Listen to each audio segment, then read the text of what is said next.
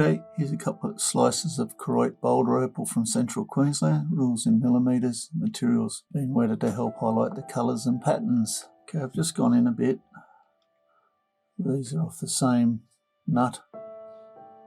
Saws jumped there, but still quite a nice couple of stones. That's it, getting towards the outside a bit more. Yeah, nice area in the middle there, patterns and colour. Or you might like to go for this piece here and that over there. Anyway, it's something you'll have to decide when you're cutting them. I hope you've enjoyed looking. Cheers.